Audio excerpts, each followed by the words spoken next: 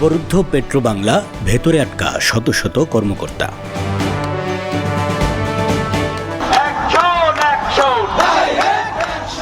পেট্রোবাংলার সামনে অবরোধ কর্মসূচি পালন করেছেন চাকরি প্রত্যাশীরা।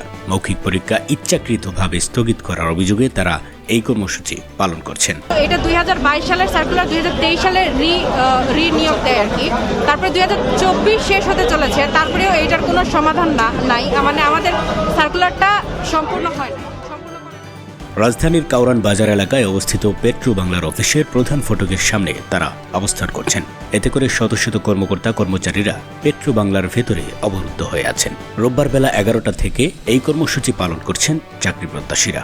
অবরোধ কর্মসূচি থেকে চাকরি প্রত্যাশীরা বলছেন, পেট্রোবাংলার অধীনস্থ কর্ণফুলী গ্যাস ডিস্ট্রিবিউশন কোম্পানি লিমিটেডের রাজস্ব খাতে 17 ক্যাটাগরিতে কর্মচারী পদে নিয়োগের ক্ষেত্রে বারবার অজুহাত দেখিয়ে মৌখিক পরীক্ষা স্থগিত করা হচ্ছে।